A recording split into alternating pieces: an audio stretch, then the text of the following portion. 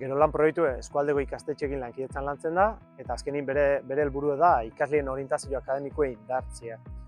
Ontako ikastetxeekin lankidetzan hainbat ekintza garatzen dugu, eta beste saiatzen geha eskualdeko errealitate sozioekonomiko hurbiltzen ikasliei edota eragile ezberdinekin harremana errazten.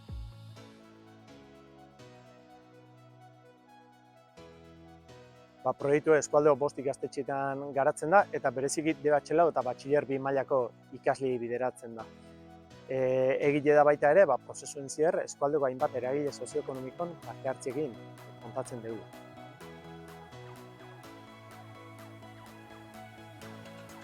Proiektuak 3 fase nagusi ditu. Lehenik eta behin, eskualdeko ikastetxeetako orientatzaileekin lankidetzan, ikasleen hausnarketa biderauteko hainbat sentsibilizazio saio antolatzen ditu. Ondoren, eskualdeko ikasle ezberdinek interesa izan dezakeen lanbide arloek identifikatzen saiatzen gara, eta ikasleengandik jasotzen dituen interes horien arabera, eskualdeko hainbat eragile sozioekonomikota bisitak antolatzen ditugu. Eskualdeko eragile sozioekonomikota egiten dituen bisita horietan, saiatzen gana da, eragile sozioekonomiko horien lantokile ezagutarazten ikasleei, eta era berien eragile hortan gunerokotasunin lanin egin profesional ezberdinekin hartu emanak izaten.